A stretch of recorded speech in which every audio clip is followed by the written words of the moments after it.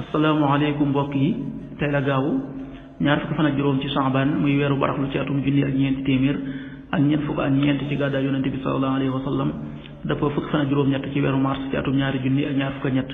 ñaar fukki fan ak juróom bokkul ci lim yu fàtt yi lim bu rafet la kon tey ci gaawu bi rafet na li ñu ci gën a taamu mooy ku ca watu li ñu ciy tere watandiku moom gaawu mooy ku ca sangu wala ku ca fóot ñaanu bis bi yow sunu boroom yàlla na nga ma jéggal yàlla na nga jéggal samay wayjur yàlla na nga jéggal way gëm ñi bis ba ngay taxawal ak regle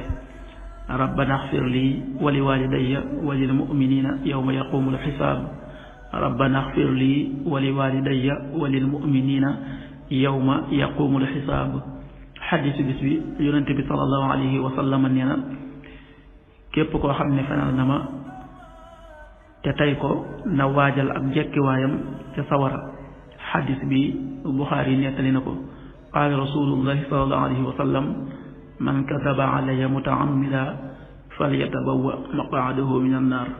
rawahu Buxaari. waxtu julli suba waxtu dana tàbbi 5h58 juróomi waxtu yu tegal juróom fukki simili ak juróom-ñett tisbaar 13h42 benn waxtu yu tegal ñeent fukki simili ak ñaar takkusaan 16h42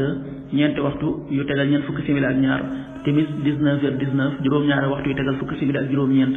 gee 20h30 juróom-ñetti waxtu yu tegal fanweeri simili loolu mooy waxtu julli ci Touba ak li ko wër.